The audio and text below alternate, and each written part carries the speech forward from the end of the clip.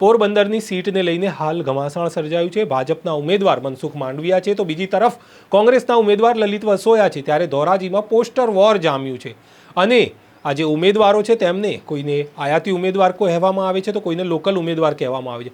શું છે સમગ્ર ઘટના, કેમ આ પોસ્ટર વોર જામ્યું છે અને એના પાછળ શું છે કારણો, તેની વાત કરીશ આ વિડીયોમાં।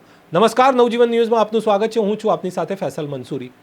પહેલાં એવી વાત હતી કે ભાવનગરથી મનસુખ માંડવિયા ચૂંટણી લડશે, આવી ચર્ચાઓ જાગી હતી ને ક્યાંક ભાવનગર કન્ફર્મ માનવામાં આવી રહ્યું હતું કે મનસુખ માંડવિયા ત્યાંથી ચૂંટણી લોકસભાની લડશે। પરંતુ અચાનક જ ભાજપે પોરબંદરમાં મનસુખ માંડવિયાના નામની જાહેરાત કરતા સૌ કોઈ ચોંકી ગયા હતા। ત્યારે કોંગ્રેસે સામે પક્ષે લલિત વસોયાના નામની જાહેરાત કરી છે। તો બીજી તરફ ધોરાજીમાં હવે પોસ્ટર લાગે છે અને પોસ્ટર વોર છેડાઈ ગયું છે, કારણ કે એવા પોસ્ટર જોવા મળી રહ્યા છે કે જે ઉમેદવાર એવો લોકલ ઉમેદવાર જે આપણા માટે લડી શકે તેવા ઉમેદવારને જીતવો એટલે ક્યાંક ને ક્યાંક પ્રહાર કરવામાં આવી રહ્યા છે। મનસુખ માંડવિયાને આયાતી ઉમેદવાર તરીકે આ પોસ્ટર લગાવવામાં આવ્યા છે, જેને લઈને પણ ક્યાંક ને ક્યાંક સોશિયલ મીડિયામાં આક્ષેપબાજી જોવા મળી રહ્યા છે। કોંગ્રેસ કહી રહ્યું છે કે આ જે પોસ્ટર છે તે ક્યાંક ને ક્યાંક ભાજપના જે નારાજ કાર્યકર્તાઓ છે તે લગાવી રહ્યા છે, જ્યારે ભાજપ કહી રહ્યું છે કે આ ધોરાજીની અંદર કોંગ્રેસના કાર્યકર્તાઓનું કારસ્થાન છે અને તે જ લોકો આવા પોસ્ટર લગાવીને ક્યાંક ને ક્યાંક આવી ગંદી રમત રમી રહ્યા છે તેવું ભાજપના કાર્યકર્તાઓ અને સોશિયલ મીડિયા પર આવી જંગ જામી ગઈ છે।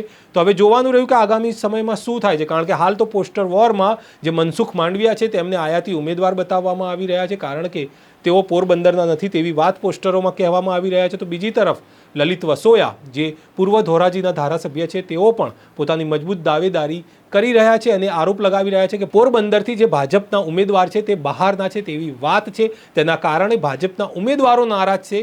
આ વાતને કહીને કોંગ્રેસ પણ ભાજપ પર પ્રહાર કરી રહ્યું છે। હવે જોવાનું રહ્યું કે આગામી સમયમાં શું થાય છે। ભાજપમાં જે શિસ્તબદ્ધ પાર્ટી કહેવાતી હતી તેમાં પણ હાલ તો ઉકળતો ચરુ જોવા મળી રહ્યો છે।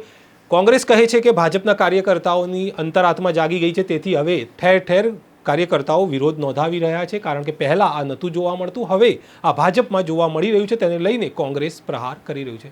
આગામી સમયમાં પણ જે કંઈ રાજકીય સમાચાર હશે, સમીકરણો હશે, અમે આપના સુધી પહોંચાડતા રહીશું, જેથી અમારી ચેનલને સબસ્ક્રાઇબ કરીને લાઇક કરવાનું ભૂલશો નહીં। ફરી મળીશું મહત્વના સમાચાર સાથે, ત્યાં સુધી નમસ્કાર।